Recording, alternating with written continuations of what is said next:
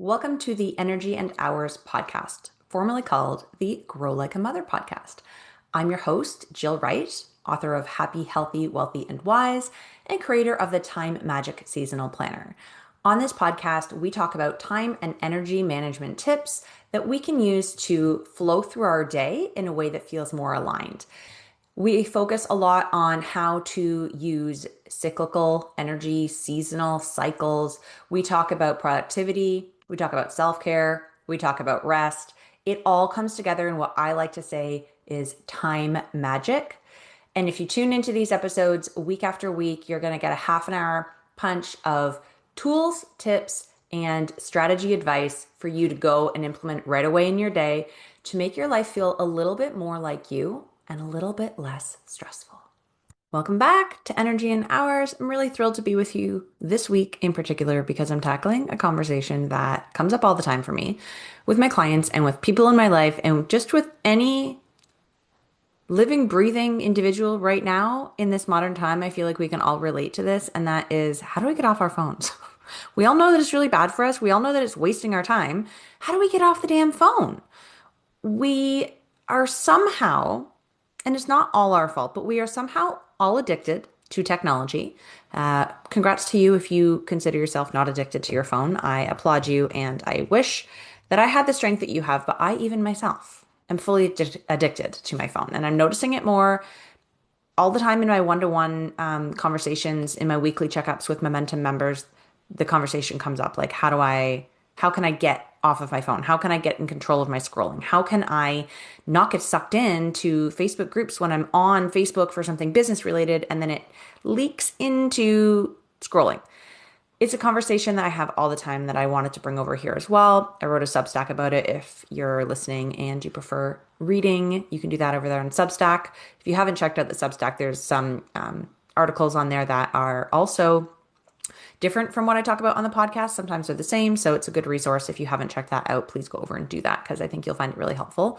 But today I just wanted to hop on, take a few minutes and give you my tips on how we can get in control of our screen time, because it's the one thread that weaves us all together. I really do think all of our time management needs to be individually considered and personalized, the tools we use, but these tools across the board can be helpful for anyone who has a phone. And some are going to be ringing more true to you than others. Some will feel easier than others.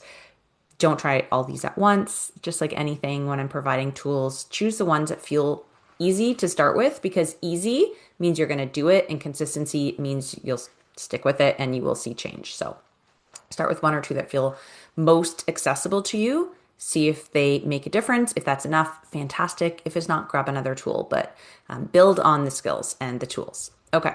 So where can we start? I've got my notes here, guys, because I want to make sure I don't miss anything. And yeah. Okay. Before we even get into this, I want to acknowledge that the phones and the apps that we use are designed to keep us on them. So yes, it is partially out of our control. We use these devices that are designed to hijack our brains and keep us on them longer. They use colors, they use sounds, they use alerts, they use prompts, they use everything they can. And the app developers actually study the same psychological tools, I guess, that people use in casinos and gambling and keeping people hooked on slot machines and more, spend more, don't stop, stay in. All of those tactics are used in our apps and actually even in like our kids' TV shows and stuff to keep them on. It's really scary, and it's happening across the board. So you are not alone in this. If you feel like, oh, I need to pick up my phone, or oh, I've got to check this, or oh, I just can't get off. That's the way they're designed. But really, it's taking its toll. So many of us, even though we know we need to get off our phones and we actually want to spend less time on our phones, we can't break the habit. We want to be disengaged, and we're having a lot of trouble with it. So that's why I want to just have this conversation with you today. So real quick caveat before we get into it. This is not magic. I use the word time magic a lot. These tools are tools that need to be paired with your willpower and your intention and your consistency. These alone, just by me telling you and you knowing about them and trying them once, it's not going to solve your problem. You need to put some of the work in because this is something that is actioned by you. It's not happening to you. You are the one picking up the phone. And I say that with love because I understand how tricky it is, but at the end of the day, we need to take that responsibility. And if we're going to take responsibility, we have to understand that the solution is also within our responsibility. So let's get into it. First off, one of the easiest things that we can do to curb our screen time is to recognize the extent of the problem. If we go into our app settings, whatever, you can see how much time you are using on each individual app, or sometimes on a category of apps like education or social or whatever categories are in there. If you go into your phone and you look at your screen time use, it will tell you exactly how long you have spent in whatever period of time on each app or on each topic. And knowing the extent of the problem is where we start. And then we put some guardrails in place, right? To help us clue in, like, oh gosh, yeah, I'm using my phone too much, and sort of like a reminder or an indicator, right? Only you can decide how much is too much. So check your settings last week. See how much time you spent on each thing last week. Write it down, right? Or take a screenshot and sort of think it over for a few minutes, spend a bit of time with it. Like, what am I spending time on? Is this what I want to be spending my time on? Where else might I spend my time if it wasn't spent here? That can be a good motivator. The bottom line is I want you to come up with a number of what you want as a goal. How much time do you want to spend on your phone, right? And then we're going to write that down. We're going to write it down somewhere you can see it always. You can put a sticky note on the wall. You can make it your screensaver, like wherever you're going to see it, that goal, that number, whether it's broken down per specific category, like I want to reduce my screen time to this number of hours on social each week, right? Or overall in the week, I only want to spend this much time on my phone. That is up to you, completely up to you. But I want you to write it down somewhere you can see it. And so those new numbers you're striving for are top of mind because this can serve as your visual reminder as well. We can program it into our phones, right? Put the limits in place. They allow us to sort of turn off automatically certain apps once a time limit has been reached. I use this for my kids all the time. There are some apps they can use all the time. There are some apps that they only get a certain number of hours in a day, and some categories. So you can decide when you look at your screen time, like, oh gosh, I spent a lot of time on my phone, but most of it was for work, or a lot of it was just checking the weather, or getting recipes for dinner, or oh crap, a lot of it was social, right? So depending on what you see and what your goals are, let's now take it a step deeper and put some limits in place. You can use an exterior app, like you can download apps that help you with this, but you can also just do it natively on your phone. Is this going to actually solve the problem all by itself? No, it's not. But what it is going to do is it's going to bring awareness right there in your face saying, hey, you've used up the time. You said you wanted to use this much time. Now you're there, right? So you get to decide, oh, am I going to continue knowing that my goal was to stop? And that's up to you. No judgment. Like that is what it is. But it adds in this level of inconvenience to accessing it again, right? It's like you have to make the conscious decision once your time is up to go and put your password in and override your own boundary, your own limit, right? So that gives you not only the internal pause and the choice, but an inconvenience. And anytime we can add time or friction, inconvenience between the thing that we want and getting the thing, that helps delay the gratification. That breaks down your neural pathway that has been so quick. And it actually helps. It helps. The more time you give it, even if it's like an extra 5 minutes, an extra 3 minutes, an extra 10 seconds, it all counts to help break the neural pathways. Okay. What else? What else? What else? There is this tool called the Brick I've heard of. I don't use it. I find that I'm pretty good with my screen time, so it's not something I need, but a lot of my clients and people that I listen to on podcasts use Brick. It's a little device that physically like locks notifications and access to whatever apps you tell it to for whatever time you tell it to. Apparently, it's very impactful and effective. So you could give that a try if you're looking for something else. But the idea is if you override your own rule, then you have made a decision. It becomes a conscious choice to scroll rather than a reactive, passive decision, right? Because that's half the trouble. Screen time isn't all bad. We do need our screens, right? Um, the difference between active use and passive use is a big distinction that I consider often, and I encourage you to consider as well, right? So then this comes into the conversation that I hear all the time, which is, Jill, I actually really need my phone. I really need my phone to do my work. I work in a digital world. And listen, I'm a content creator. I'm a podcaster. I have social media. I do subs like I've got all these things where I also need to show up and use my phone. I totally understand that. And I'm not saying ditch your phone altogether. It's not realistic, right? But you do have some other options, right? If you are writing content, could you write it down on paper before you go into your phone? Could you dictate it? Could you go on your laptop instead of your phone? There's a really big difference in how your brain interprets the activity in using a mouse and scrolling than just scrolling with your finger, right? Could you use Instagram on your or Facebook on your computer as opposed to on your phone? It's a slight difference, but it breaks that habit of continually picking up your phone, and you start to put these silos around like phone time is for leisure scrolling, computer time is for work, so that hopefully you get to the place where you're at your computer, you can log into Facebook, do the thing you need to do, and close it without getting sucked into the social aspect of it, right? Because you've created this rule for your brain: computer is for work, phone is for leisure, right? It can be as simple as that. Um, you can remove the apps altogether on your phone if the website version has the same functionality. Like for me, I like using Basecamp as a project management tool. I can very easily just use Basecamp on my browser. I don't need it on my phone. It's not something I get sucked into, but it's an example of an app that has full functionality on the computer, and I could just get rid of it off my phone, right? Because when I pick up my phone to check my Basecamp, maybe then I check something else. And if I don't need to go to my phone for my Basecamp, I'm not picking it up in the first place. So there's less risk of me getting sucked in if I'm not already there. Does that make sense? I hope that makes sense. Um, yeah. I really like the idea of limiting the time that you can spend on your apps. I like the idea of removing the apps from the phone so you're not sucked in, doing as much as you can. You can check the weather on your computer, you can check recipes on your computer, right? It's a little bit more inconvenient, but that's the point. We're trying to introduce this inconvenience to break the habit, right? Okay.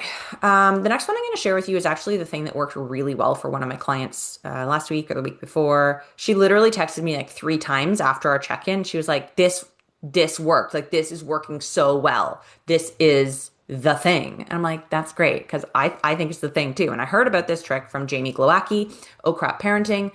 Full credit to her. If you don't know her, she's incredible. If you've got kids, even if you don't have kids, she's just freaking awesome. Anyways, Jamie Glowacki, many moons ago, gave me this idea to put my phone on grayscale. I have an iPhone. I go into like the settings and accessibility area, and you can turn off the colors. Lots of different options, but I just go full grayscale, and it makes scrolling so boring. It makes it like you are reading a newspaper because it takes all the fun out. It takes all the color out. That's one of the tools that the designers and the developers use to keep you hooked, right? And if we can remove that, not only is it much better for your eyesight and your brain, your circadian rhythm, because you're removing the blue light in your face all the time, but it actually makes it so that you pick up your phone and you're like, not interested. So even if you can't kick that initial habit of picking up the phone consistently all the time, like you have this urge to do it, you can give into that urge, but not get stuck scrolling because it's boring. And eventually the urge is not going to be as strong because it's not getting that dopamine hit that it wants. So it's going to sort of dissipate, if that makes sense. The brain loses attention if it doesn't have the visuals that are designed to keep it hooked, right? Yeah. So that is that. I think it's a really good way to get started. It's easy. I even set it up so that all I have to do is like click the button on the right 3 times and it toggles back and forth between grayscale and color, and I don't have to go in and do the settings each time because sometimes I'll need it. Like if I'm doing a post on my phone for social media and I want to add in text and I do it in orange, right? Brand color. Anyways, I need to see what the orange is. And on grayscale, I can't see that. So it's really easy for me to toggle back and forth between grayscale and not. Now, a whole other conversation that comes up after all of these tools, right, is what do you do with your found time? Because all of a sudden now the hope is that you're not spending as much time on your phone, and so therefore you have that time back in your day. And yes, it's in pockets of time confetti for sure. But what do you do with that time, right? That's a whole other conversation. If you're not sure what time confetti is, go back and listen to the podcast episode I did about it last year in the fall. Maybe I'll link it in the show notes so you have it handy. But getting intentional about how you spend this extra time is going to be really important because if you're just wasting it away, really, are you any further ahead? Do you know what I mean? So, anyways, that's a conversation for a different episode. I have a couple more strategies for you that are going to help you reduce your screen time and start to claim back that found time. And we can take it up a notch by introducing friction. If these first few things that I've talked about so far aren't working, if they're not helpful or they're not doing it enough for you, if you really need a more ninja level tool, right? We're gonna talk through that too. First off, I put, as I was mentioning, time confetti. We're often in situations throughout the day where we have blocks of time, 2, 3 minutes here, 10 minutes there, where there's nothing scheduled, we got nothing pressing or urgent. And so what do? We pick up our phone. That in and of itself, these moments of time confetti sort of lead into screen time. So having another plan for those is a really wonderful idea. And what I do is I pick up my phone and the background is a picture of confetti. So as soon as I like it toggles from no like not being awake to my screensaver, it see all I see is confetti and it makes my brain think like, "Oh yeah, you're probably in time confetti right now. Do you actually want to be picking up your phone or should you be doing something else? Can you take advantage and use this time for squats or gratitude or breath work or like is there something else we could be doing right now?" And if I pick it up from the back, there's a sticker on the back that says it's one of the stickers you get when you order the Time Magic Planner. It says use wisely and it's the branded time confetti image. So no matter how I'm picking up my phone, there's an immediate reminder like, oh, you're in time confetti. You maybe not realizing this, but you have other choices. You don't have to pick up your phone. I'm going to start selling those stickers independently too, because a lot of people find them super helpful. So if you don't have one, you want one, hit me up. I'll get it to you. You can also make a change like in your morning routine because the longer in the day we wait to pick up our phone, the less of a hold it has on us, right? If we can delay it as long as we can in the morning, you're not going to be finding that you're like itching for it as much throughout the day as compared to if you had picked up your phone first thing before you're even out of bed. So if you can put off picking up your phone for the first hour of your day, you've set yourself up for a win. If that feels impossible, start with 5 minutes and work your way up. But introducing these little pockets of friction, and it's going to feel uncomfortable because we have been used to always being entertained. We have been used to having something all the time. And if you need to fill it with like a magazine or I don't know, something else that sort of is an equal distraction but isn't phone based, okay.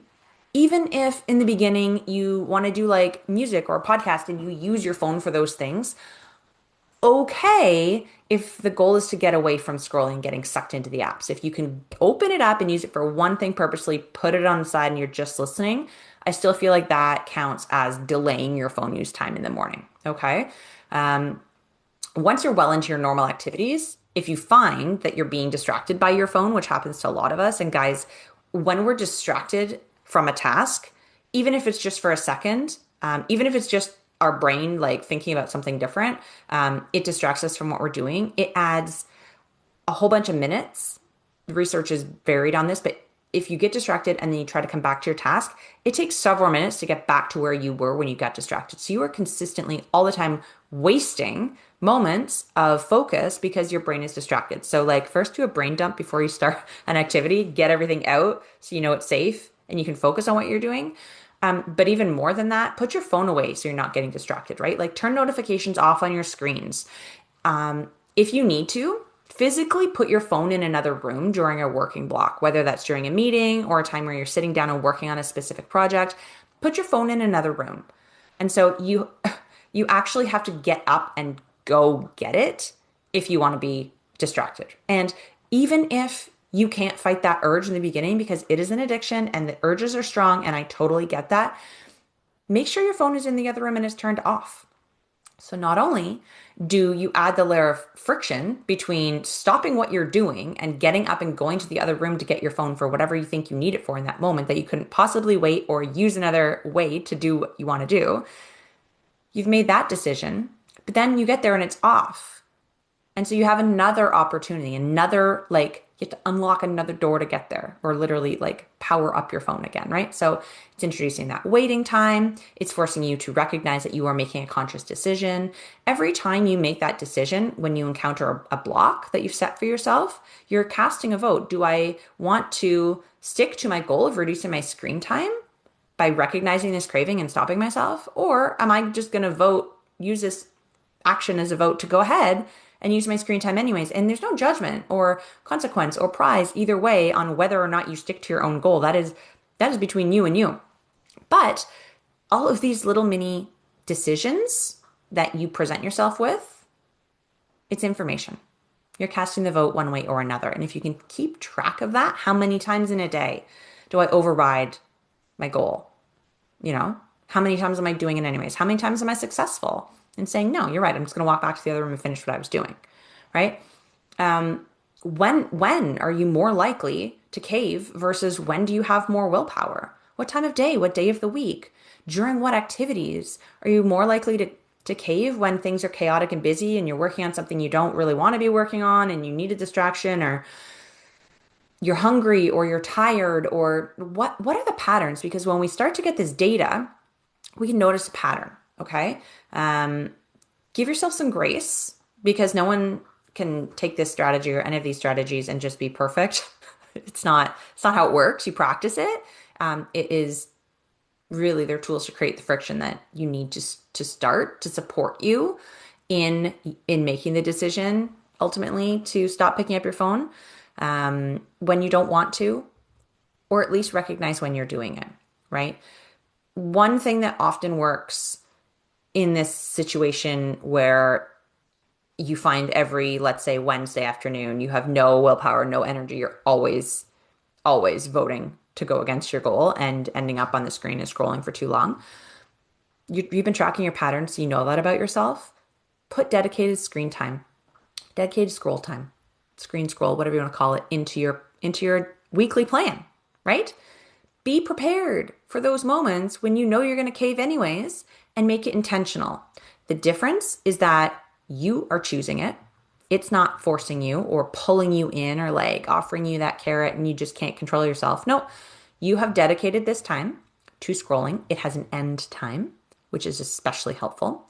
And you're going to be less likely to try to sneak scroll time in previous to that, because you know it's coming. You know there's going to be an opportunity. So it's easier for you to hold your ground.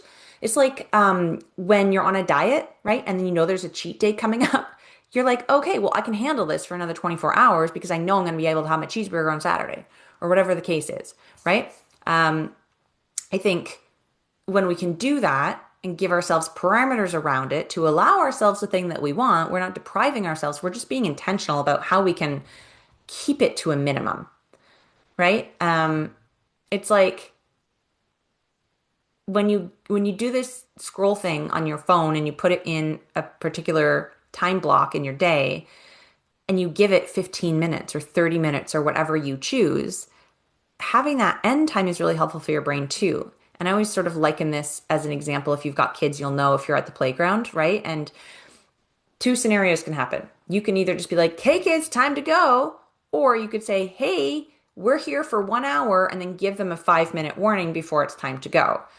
If you're a parent, you know what situation is going to go better for you. You know, if you're at the park and the kids are in it, they're in the middle of a game of tag and they're having a ball and you're just like, time to go. They're going to resist. There's going to be a meltdown. They're not ready. There's no transition. They're not prepared. That's why it's not effective, or It's way harder for you to stop your screen time mid scroll when you're realizing it. It's why you can't suck yourself out of it, right? But if you give your brain a boundary, if you say, it's coming, we're going to be here for 30 minutes, and then maybe set a reminder for yourself, hey, there's 5 minutes left, you're going to have an easier transition. Your brain is going to be like that kid. It's going to be like, man, I still don't want to do this, but I understand that this is the boundary, this is the rule, this is what we're doing. And I'm going to come out of it a little easier. And if you do have kids and you know, by the way, the tantrum always takes way longer than the extra time you gave. So, like, give your kid 5 more minutes to transition out of the activity because the tantrum would have taken 30 if you hadn't given the transition time. Well, parenting. Back to the OG Grow Like a Mother days of when we talked a lot about parenting strategies and how to keep ourselves sane. Anyways, those are my tips. Those are my tips on how to help wean yourself from your phone addiction, reclaim time back into your day. I'd love to know which one you're going to try, where you can start, which one feels easiest for you. Is it the grayscale? Is it the dedicated scroll time? Is it turning the phone off, waiting in the morning? Like, I gave you so many options here. Which one are you going to try? If you're on Spotify, put it in the comments. If not, hit me up on Instagram in the DMs and let me know because I want to celebrate with you. I want to hold you accountable, support you, and cheer you on because this is not easy to do. And if you are someone who's working actively towards it, sometimes a little accountability can be exactly what you need. So I'd love to hear and support you. And if you do need extra accountability with this, also hit me up because I would be so happy to work with you and help you through this. So until next week, put your phone down and keep on growing like a mother.